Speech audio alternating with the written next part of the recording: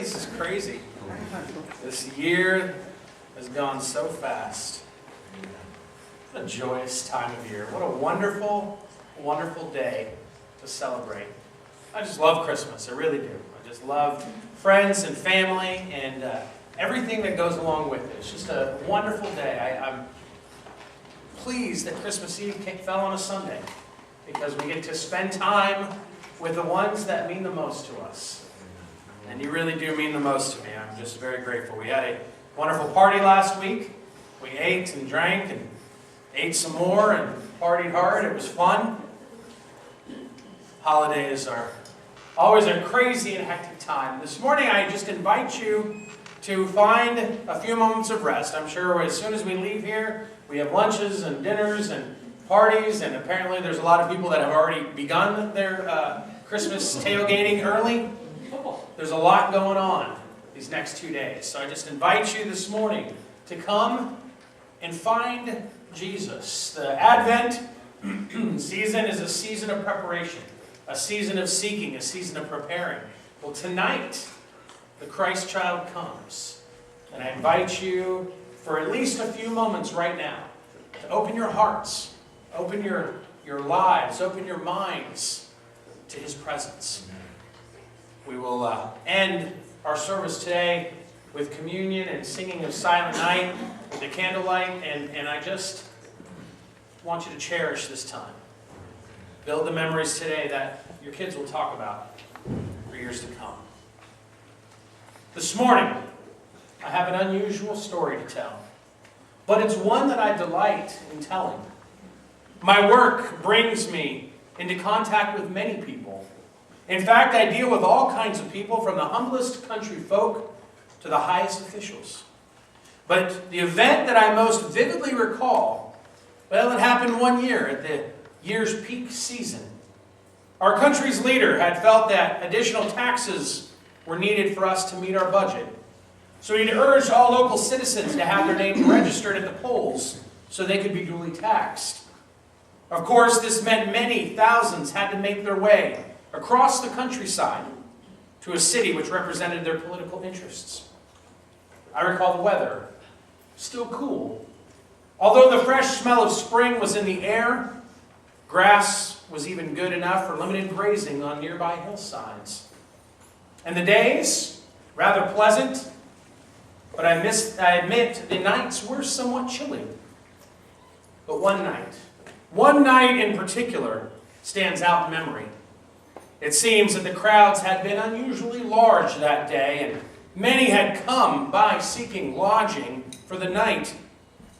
As they lived a great distance away and too far to return their home by bedtime, already I had turned away dozens that seek shelter. Turned them away because I had no more room for them. Exhausted, I had dozed off the register's counter when I was awakened. Awakened by a gentle tap, tap, tapping on the countertop. Coming to with a start, I made out the figure of a young couple standing in the lingering shadows of the lamplight. "May I help you?" I asked. As the young man stood by his pretty companion, he began to speak in a low, trembling voice. "Do you have room? Room for room?" I blurted out. No, there's no room here. You should have come earlier, at least sent word. You'll have to go elsewhere." Plopping back down on my stool, I was prepared to continue my nap, when much to my surprise, the young man spoke again. "But sir, you must have somewhere." Angrily, I jumped up and shouted at him, "I don't have anything. I've already told you I can't take care of you. Beat it. I've got to get some rest." Patiently, kindly, he responded, "Sir, please, my wife is expecting a baby right now, and we've tried everywhere. All the rooms are full. Can't you give her some place, please?" Looking closer, I noticed that the young man spoke the truth about his wife. Then I began to feel really sorry for them. I thought for a moment and said, "Well, you do need a place to stay. And if you're not too choosy, I believe I could provide something for you. Come with me."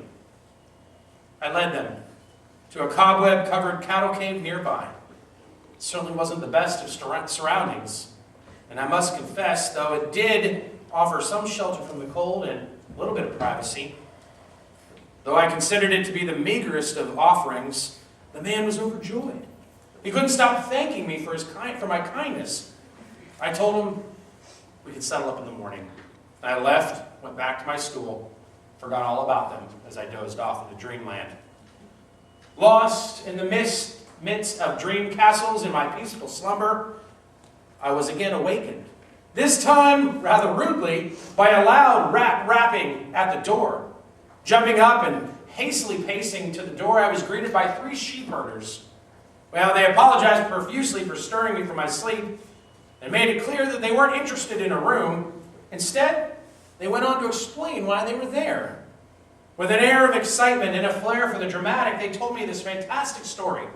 Sir, they said, we were watching over our flocks out on the hillsides nearby when, lo, an angel of the Lord appeared to us. And the glory of the Lord shone all around us, and we were really afraid. Then the angel said to us, don't be afraid, for behold, I bring you good news of a great joy which will come to all the people. For unto you is born this day in the city of David a Savior, which is Christ the Lord. Each of us looked at each other in amazement and wondered if the angel knew what he was talking about. When he continued, he said, now listen to me. Man, this will be a sign for you. He said, look to the east. There in the east you'll see a star brightly shining. Follow that star, and you'll find a babe wrapped in swaddling clothes, lying in a manger.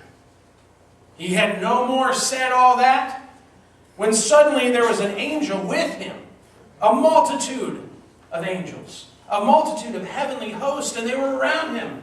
And they were saying, glory to God in the highest, and on earth peace, goodwill towards men. Immediately we rejoiced at the sight of the star. So we said to one another, let's go. Let's go to Bethlehem and see this thing which has happened, which the Lord has made known to us.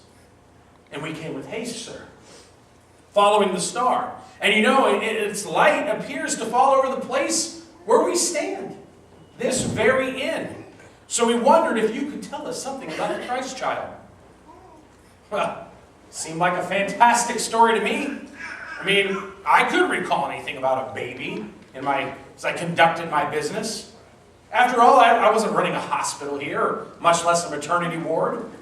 But they insisted. They insisted that I must know something. Since they seemed so intent on finding out more, I quickly recalled the guests that I had put down for the night, and suddenly it dawned on me. I had led a couple who were expecting an addition to the family to the cattle cave.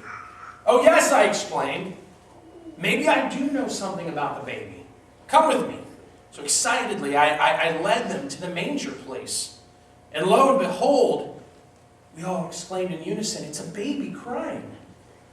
Rushing in, we found it just as the shepherds had said, a newborn baby wrapped in swaddling clothes lying in a manger.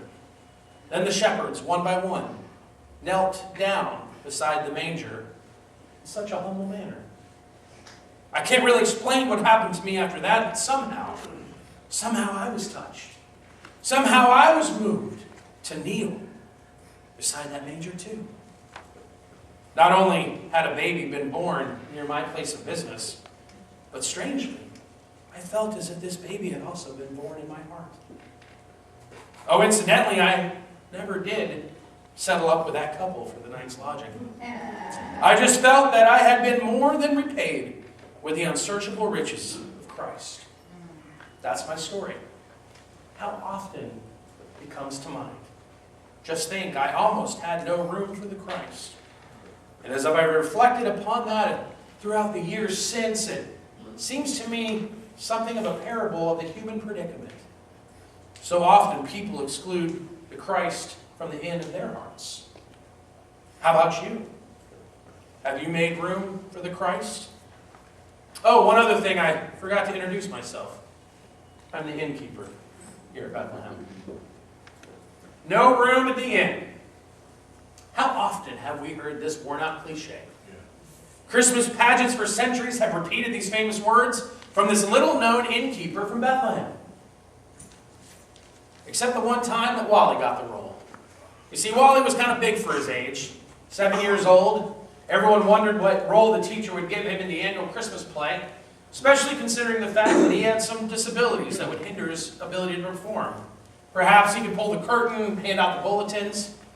But to everyone's surprise, the teacher gave Wally the role of the innkeeper. The boy, of course, was delighted. After all he had to learn was one line. There's no room at the inn. He had it down in no time. He rehearsed over and over and over. Then came the night of the program. The parents all took their places. Every seat in the auditorium was filled. The children entered singing, "O come, all you faithful." The lights dimmed. A hush moved over the audience, and the curtain opened on scene one. Mary and Joseph entered the stage, walked up to the inn. "Please, sir, my wife is not well. Could we have a room for the night?" Wally was prepared for his line. He had rehearsed it all day. He began, "There is," and then he hesitated. He started all over again. "There is," and his mind went completely blank. Everyone was embarrassed for him, and poor Wally didn't know what to do. Joseph thought he would improvise a little bit and just start heading towards the stable as he left. But seeing him walk away, Wally was in desperation, and he called out, "Look, look, there's plenty of room at my house. Just come home with me." If only that would have been the case. You know, over the years, the characters of the Christmas story have become clearly defined for us. The issues all seem so clear-cut. Herod, well, he's the villain. And the wise men were the heroes. The shepherds were heroes. And of course, the innkeeper. The lowly innkeeper, the poor innkeeper, he's gone down as one of the heavies in the story. In our mind's eye, how do we see him? We envision him as some crotchety old man with his nightcap on, sticking his hand, his fist out the second-story window, cursing them. "There's no room. Go away. Leave me alone. Just take the stable. Leave me alone." Perhaps the innkeeper has received some bad press throughout the years. I mean, preachers all over, preachers for centuries have had a field day with this poor guy. I mean, was it his fault that the inn was built with maybe 12 rooms instead of 13? Was it his fault that Caesar Augustus had issued a decree that the entire world should be taxed? Was it his fault that Mary and Joseph were so late in coming to Bethlehem? But you know something? This simple little statement about there being no room in the inn becomes a theme for Jesus. Certainly one that Luke projects. As Luke writes his gospel, it becomes this centralized theme to Jesus' life. Luke takes this one line, "There is no room at the inn," and shows us how this phrase was recurrent through Jesus' entire ministry. Throughout his life, Jesus finds that there is very little room for him in a multitude of settings. What started as birth continued to plague him throughout his life. The question I think that Luke leaves for all of us is, will there ever be any room for him? Think about it. There was no room for Jesus at the inn. In what other situations was there no room for Jesus in his day and age? What about in the economic world? Luke talks about a day when Jesus and his disciples stepped off the boat at Gadara, and a madman, screaming wildly and tearing at himself, suddenly approached him.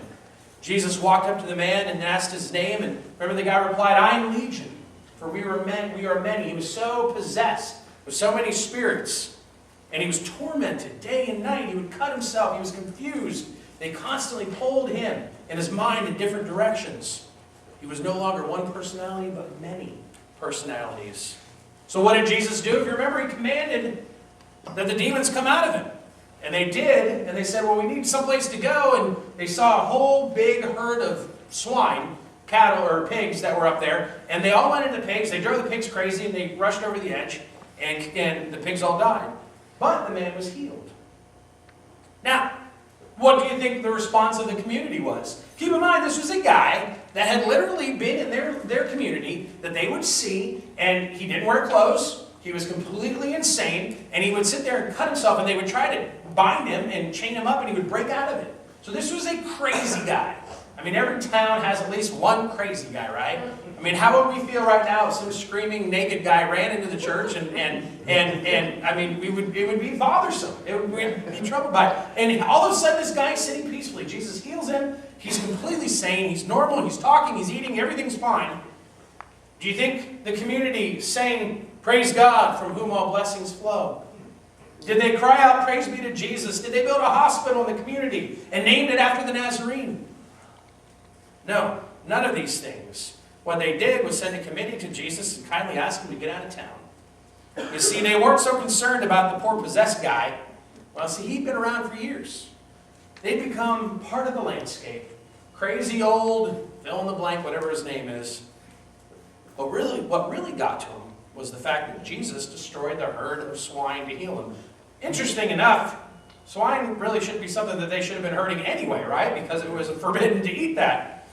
Beside the point, what got to them was that Jesus started hitting them where it hurts, in their wants, in their money. It was quite clear to them that if Jesus stayed around, the local economy would be disrupted. What they wanted was business as usual and not some itinerant miracle worker. So the local delegation asked Jesus to kindly leave. Exactly how they worded this to him, we don't know, but I'd like to venture a guess. I suspect that the conversation went a little like this: "Jesus, our lives were doing quite well until you came to town. We don't think we need you, and we certainly don't want you. So, Jesus, do us a favor and go try to save the world in some other place. We have worked too hard to fool around with a do-gooder like yourself." See, there's just no room for you in the economic world. Well, there was no room for Jesus in the legal world as well. The law was cut and dried. It had been codified centuries earlier, all the way back to Moses. The law was clear, and I don't doubt that some of them said that tired old cliche that they may not be good rules, but they're all we have. And one of those laws read, "Whoever commits adultery should be stoned to death." There it was in black and white. It was even one of the 10 commandments: "You shall not commit adultery." So they came down harder on the enforcement of this law, certainly on women at least, than any other. And so be it. It was the law. The penalty was death by stoning. There were no loopholes, no plea bargaining. So what happened one day when the crowd caught the woman in adultery and brought her to Jesus? They weren't really prepared for his response. He refused to join their lynch mob. Didn't he know the Torah? Oh yes, he knew it, but he also knew something else. Something about grace.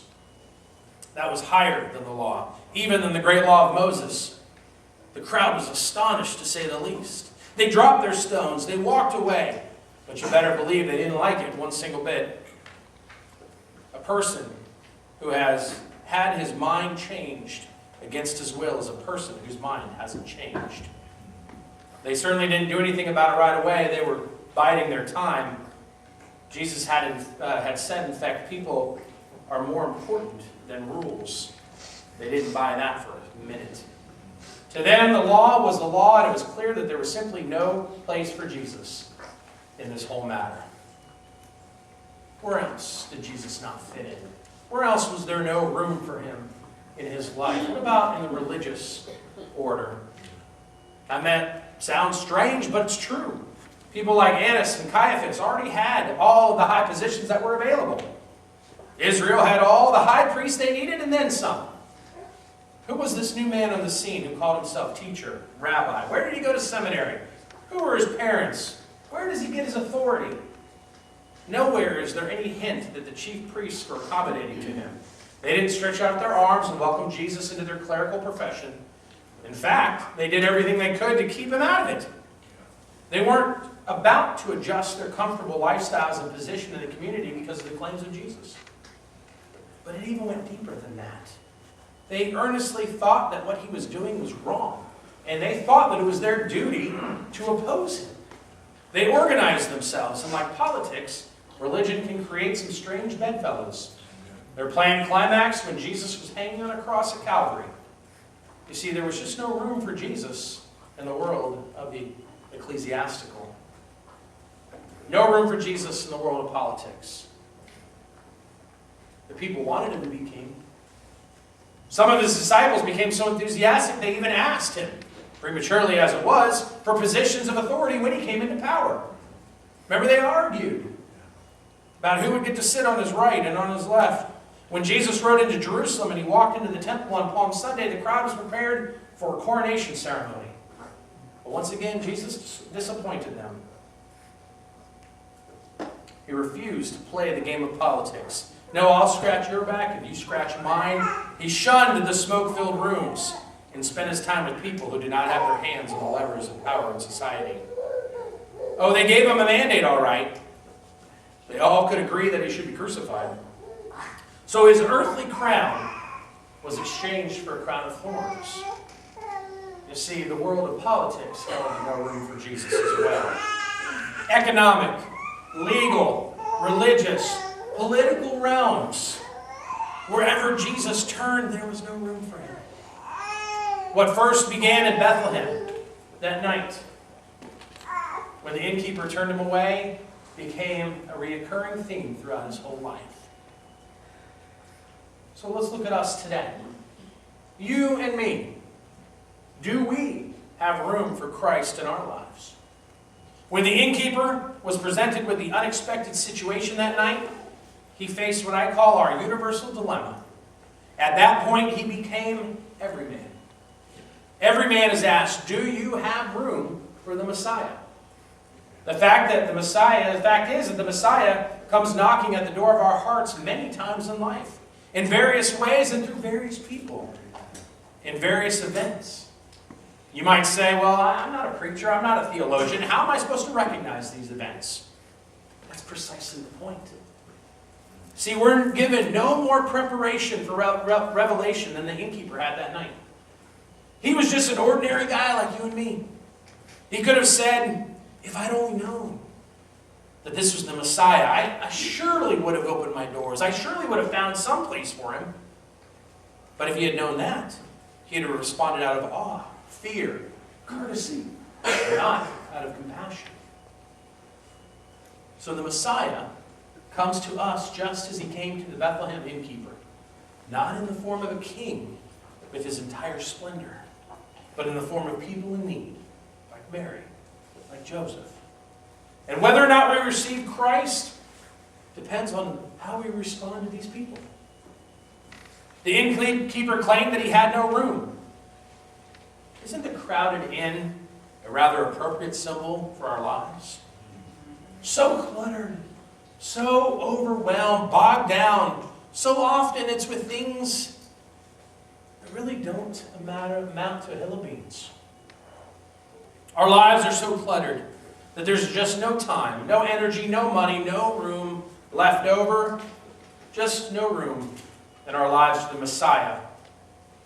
And inevitably, just as in Bethlehem, the Messiah comes to us when we least expect him. You notice that Mary and Joseph did not make their appearance at the beginning of the rush season, but late in the night, when the poor innkeeper was tired and irritable after a hard day's work. Then came the knock at the door. The unexpected knock of destiny. So late, so tired, worn out. I've given everything I can give. So the Advent message to us is to watch and to wait, to prepare, to keep our minds and hearts open for his coming. For the hour approaches when the Messiah will come to you and come to me. And like the Bethlehem innkeeper, we will be forced to make a decision at that time. Will our lives be so cluttered with incidentals that there is no room for God? Or will we open the door and gladly welcome him in? To the innkeeper, the knock came that night. The knock that came that night was just another in a long series of bothersome interruptions. That is how some respond to God in their lives. Yes, fine. Fine. Take the stable. Just do anything. Just leave me alone. This is Christmas Eve. And God is knocking at the door of our hearts. Amen. The question is will there be enough room in our life to let him in? Tonight is the culmination of hope, of love, of peace, of joy. Tonight we celebrate the gift of Jesus, and tonight we have the opportunity to open our hearts and our lives to Him and to His love for eternity. How silently, the wondrous gift is given. So God imparts to human hearts the blessings of His heaven. No ear may hear His coming, but in this world of sin, where meek souls will receive Him still, the dear Christ enters in. Merry Christmas, and may God bless you tonight.